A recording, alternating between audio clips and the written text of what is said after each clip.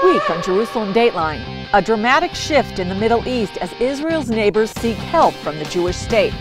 Plus, is it safe to visit Israel? We'll ask those who braved the bad reports and visited the Holy Land. And the end times and the secret of the Mahdi. One author asks if the Islamic Messiah could be the Antichrist. And hear what U.S. legislators have to say about Israel, the Middle East, and their faith. Shalom and welcome to this edition of Jerusalem Dateline. I'm Julie Stahl, filling in for Chris Mitchell. We're coming to you today from the Haas Promenade overlooking Jerusalem. Israeli and Jewish leaders say that despite the dangers in the Middle East, there are some promising developments. As Chris Mitchell explains, those developments bode well for the Jewish state. Israeli Prime Minister Benjamin Netanyahu told visiting Jewish leaders from America a dramatic shift is happening in the Middle East. Major Arab countries are changing their view of Israel. That is, that they don't see Israel anymore as their enemy, but they see Israel as their ally, especially in the battle against militant Islam with its two fountainheads, the militant Islamists led by Iran and the militant Islamists led by Daesh. That new relationship was evident when major Jewish leaders from America met with the presidents of Turkey and Egypt. There's a wind of change in the region. I think there are new opportunities. Malcolm Hoenlein led their Jewish delegation to Cairo and Ankara. The difficulties and challenges of the region, terrorism, the ISIS threat, the role of Russia and Iran and others in the region are driving countries to reassess their relationships with Israel. And I think they've come to see that Israel has a lot to offer, whether it's the problems of water or agriculture or fighting terrorism. Hoenlein says Arab leaders told him the West has left a leadership void in the region as Arab countries face daunting challenges. Some of them see the absence of the West in the region and cite that, feel that there's a vacuum, and they're looking to find solutions within the region to some of these challenges, and also seeing the involvement of Russia, which different countries see in different ways, but all express concern about what will happen with Iran post the deal with the influx of $100 billion. What role will they play in destabilizing the region? Hoenlein says in the midst of these challenges, they see Israel as an ally. There are ways that we can be of help, and I think building relationships with Egypt, with other countries, with the Gulf, with Turkey, and helping move them in the right direction. Again, it won't be an instantaneous change. There are opportunities, though, to counter the extremist forces because all of them see that they are endangered by it as well. Chris Mitchell, CBN News, Jerusalem. When many people consider a trip to Israel, they wonder, is it safe? But as Chris Mitchell reports, most people that make the trip find it a destination beyond their expectations. Much of the world only knows Israel from what it sees on television news or reads on the web. That typically includes images of violence and words like oppressed. But what's it really like in Israel? Based on what the news media shows, many wouldn't expect to see shopping, restaurants, and people going about their daily lives. For example, this is the Mamilla Mall, just outside the walls of the old city. It's a combination of restaurants, shops, and cafes. We talked with first-time tourists about their perception before leaving and the reality they experienced after their arrival. What did people say to you when you told them you're going to come to Israel? They questioned it. They said, do you really want to do that? Is it safe? Did they say you were crazy? That was a very common comment. Are you crazy? And I said, no. You know, nothing was going to stop me. You know, people couldn't talk me out of it. So. And how did you feel before you came? What was it like? Probably a little apprehensive, but excited. You know, we just couldn't wait to see where Christ has walked, and it was more than I expected. It was amazing. Some felt coming to Israel might send a message in fighting back against the growth of terrorism. I had some friends who said, why don't you come along? And I thought, oh, I'm not sure I should. It might be a little dangerous. And then I thought, goodness, life is dangerous. Really, I came from the Boston Marathon. I mean, you know, there's so much going on that I'm not going to worry about it. If you stop moving, the bad guys win. It's ridiculous.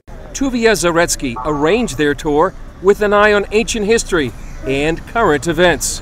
You know, I told them I wanted to come over here and look at the world that's here and the people that are here and the places where the Bible events took place.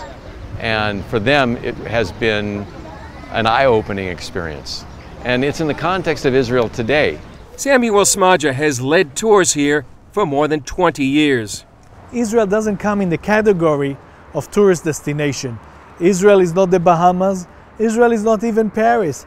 Israel is not even Rome. I believe Israel is the stage of your faith.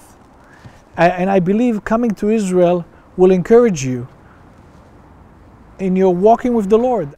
And what was it like after these tourists made their leap of faith to come to Israel? The Israelis really have their act together. Felt very comfortable. The people are wonderful, they're very professional, they're very caring, and they really want to make us feel welcome. It's a very sophisticated, cosmopolitan city. And they did know Israel has been experiencing its own wave of terror.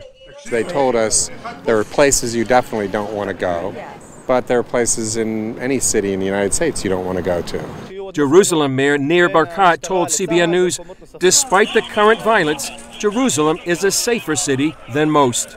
We have the best police in the world, we have the best security forces. Per capita, we're safe as London when you really check the numbers. So actually when I fly to America, I pray to come back home safely to Jerusalem because the crime rates in America are 6 times more per capita than in Jerusalem.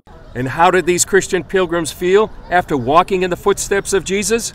Oh, it was quite moving. Yeah, it brought me to tears a few times. There's not another feeling like walking where Christ has walked. I don't think I'll ever read the Bible the same way anymore. Yes. I've been so moved by being here. I would not trade it for anything. It also brought the Bible to life. For me, it really tied the Old Testament and the New Testament together in ways that I could not have done had I not come here and seen the geography and appreciated the history.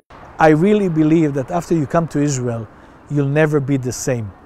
For several reasons. First of all, you'll read the Bible in a different understanding. You'll be able to visual whatever you read. And you'll be able to understand the Jewish Christian background of the Word of God. And you'll see how deep your faith is. And my prayer is that when you come to Israel, you will leave here praying for the peace of Jerusalem. And what would these 5 say to those who warned them not to come?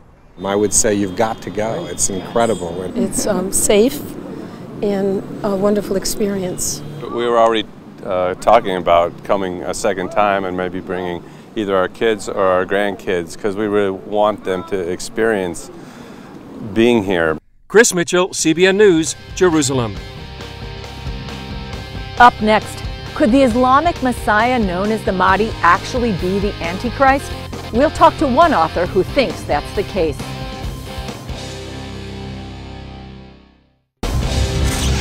Welcome back. A popular pastor has a new book out showing how most violent Muslims are trying to bring their Messiah into the world. But Dr. Michael Youssef suggests the shocking surprise that that figure could turn out to be the Antichrist. Paul Strand has more from Atlanta. Over the centuries, people have guessed wrong again and again that the Antichrist, that ultra-violent world dictator, was soon to appear. But Dr. Michael Youssef of the Global Outreach Ministry Leading the Way believes only now are conditions set for the coming of that evil one. What Dr. Youssef's found and talks about in End Times and the Secret of the Mahdi is how what's going on in our world right now is leading straight towards those events prophesied in the book of Revelation. I came with the conclusion that we are coming into that period of time like we have never seen before in history. Hailing from Cairo himself, Youssef deeply loves the Islamic people, but believes Islam is hurtling us toward the dark days of the Antichrist, as the promo for his book shows. He will lull the world into believing in him, even worshiping him as their Messiah. But he will end up abusing humanity like they have never been tormented before. This biblical scholar's been researching Islam's beliefs in their end times Messiah, alongside the Bible's revelations about the Antichrist. His conclusion? Christians know him as the Antichrist. Sunni Muslims know him as the Muslim Christ. Shiite Muslims know him as the Mahdi. Youssef quotes Muslim scholars on what Islam preaches about their Messiah. Their Messiah comes. He's going to cover the whole world. He's going to rule the world, and he's going to declare himself to be a Muslim, and he's going to turn on the Christians and the Jews.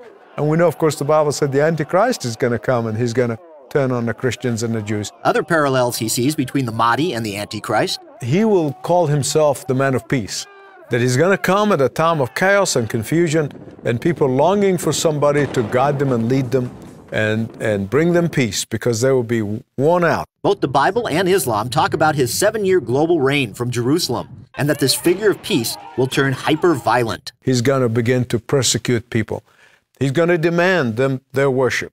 Same thing on the other side, that he is going to kill everybody who does not worship him. Youssef says some Shiites have actually been trying to bring about the prophesied time of the Mahdi to make it happen themselves. He will appear when the world is in chaos, and he will bring peace. So Ahmadinejad, the former president of Iran, basically wanted to stir up trouble and get the nuclear weapon so they can attack Israel and create an atmosphere of chaos so that to force their Mahdi, or the 12th Caliphate, to show up. And some of the most violent Sunnis are also trying to set off the end times. Particularly those whom the Middle East people call Daesh or ISIS or IS.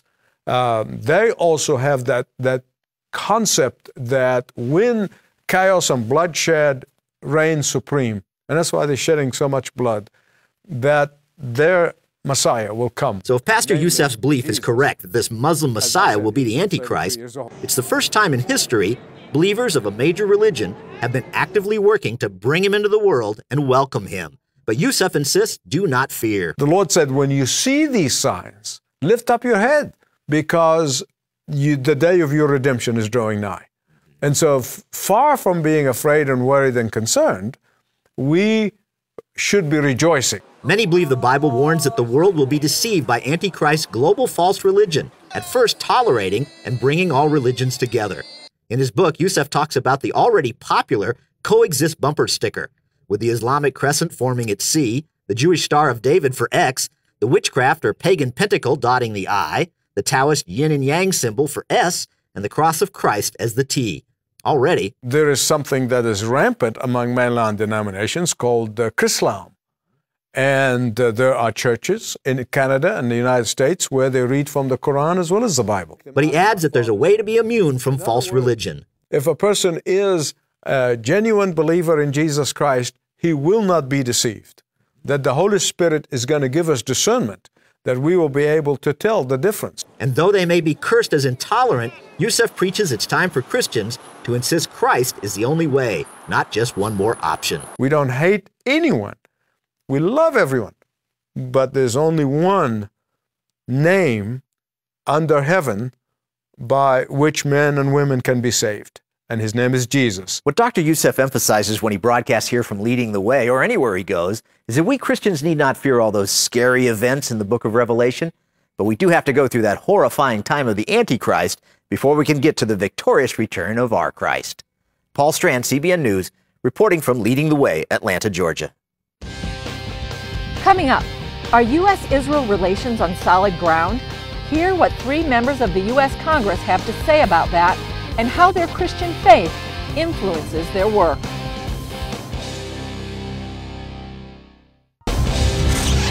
Welcome back to Jerusalem Dateline. How solid are U.S.-Israeli ties? I had the opportunity to ask 3 visiting members of the U.S. House of Representatives recently. They also spoke to me about the role their faith plays in making decisions, their take on the Middle East, and what they did while they were here. Here's what Vicki Hartzler, Jeff Miller, and Greg Harper had to say. We went to the north and had the opportunity to see Iron Dome and David's Sling, which is very important for the national defense here as well as potentially in the United States down the road. And so enjoyed seeing that. Of course, visited with Benjamin Netanyahu and the defense minister.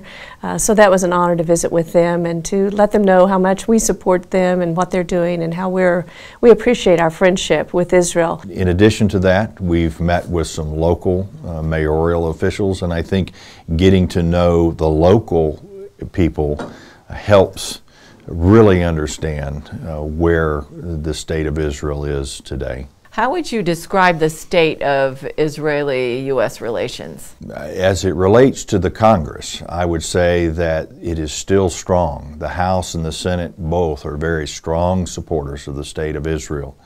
Now, if you interject the president and some of his policies in, it becomes a little more political, and some of our friends on the other side of the aisle will go with the president on his issues. But I think that our friendship has been made to last forever. They certainly have been strained a bit, no doubt, the perception anyway, but I hope that people will keep in mind, yes, the president struck a deal with Iran that the members of Congress overwhelmingly opposed.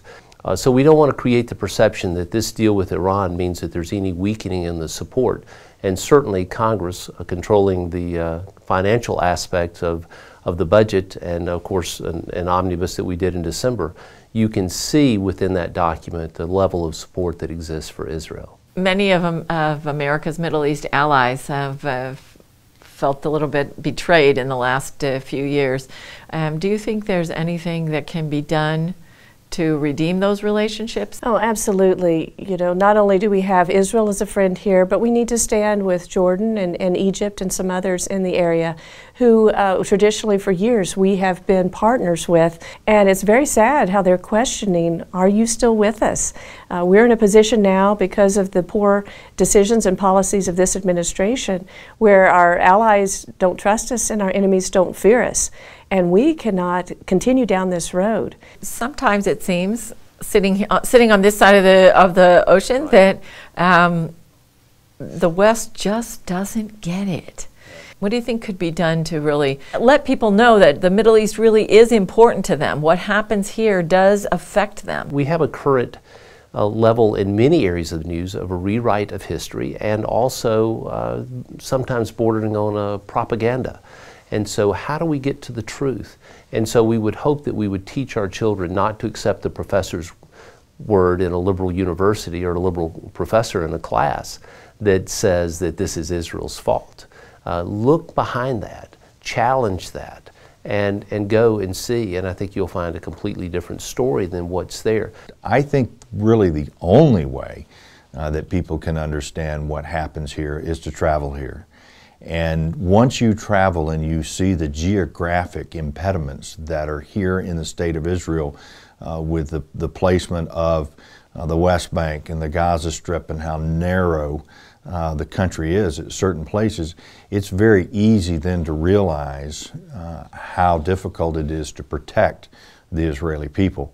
How do you feel your faith plays into being a congresswoman? It's a calling. I believe it's a ministry that we have. And in Romans it talks about that those who are elected or authorities are God's servants to do you good. And that's our role. And every day I try to seek His guidance, and just like David did, inquire of the Lord. Certainly the prayers of the people of the country make all the difference, because there's a spiritual battle going on in our country. Every day I look to God for guidance in many of the decisions that I make. I always say that if I can lay my head down at night and sleep well, I know I've made good decisions that were backed up by facts and what I truly believe in, and the very root of my beliefs are rooted in the Bible. It affects everything, every element, and you know that you have a responsibility to do the right thing, and to know that whatever we do, I can't do it in my own strength. Anything else you would like to add?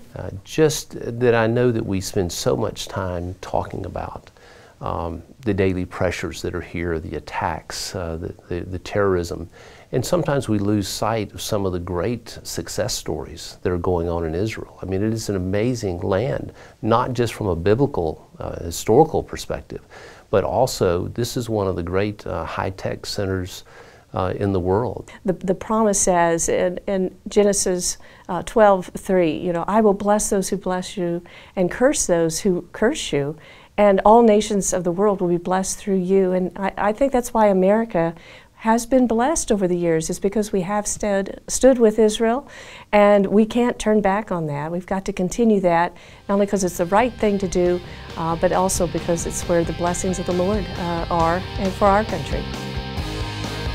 Up next, Desperate Syrian refugees receive life-changing help from Christians in Iraq. Welcome back. Samir and Ilhan looked over their shoulders and saw their Syrian village in flames. They fled the marauding ISIS forces and made it to Erbil, Iraq. Though they were safe, that wasn't the end of their troubles. Samir couldn't find work and their baby was sick. But in this next story, we'll see how Christians are helping them. Ilhan and her husband Samir fled their village near Kobani, Syria, the night before ISIS overran the city. We left everything to save our lives. I was scared that a horrible death was coming for us if we stayed. We could see the black smoke rising from Kobani behind us. We were so afraid. I thought they would capture my wife and enslave her. The helplessness makes you feel crazy. They made their way to Erbil in Iraqi Kurdistan, hoping to find work and start a new life as refugees. What they found was a daily struggle to get by. I worked construction, but I stepped on a nail and got tetanus. Now my leg hurts so bad that I can't do hard labor. That is the only work available for refugees. I feel so desperate and frustrated because I can't provide for my family. The rent is so high, and no one here wants to help refugees. I can't work outside the home because women are oppressed here in Iraq. I'm so worried about getting what my baby needs. I also have a typhoid infection, but we can't afford medicine. When I met with the family, I learned Ilhan worked as a hairstylist when they lived in Kobani.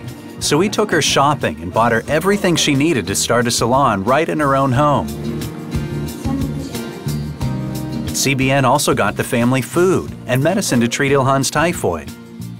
And people from the church we partner with regularly talk to the family about the love of Jesus Christ. Thank you so very much for doing all this for us. We have been desperately searching for hope. You gave that to us when everyone else turned away. I'm really very grateful because you gave us so much. We appreciate all that you and the church have done for us. We will never forget this. That's it for this edition. Thanks for joining us. Remember to follow us on Facebook, Twitter, and now Instagram. I'm Julie Stahl. We'll see you next time on Jerusalem Dateline.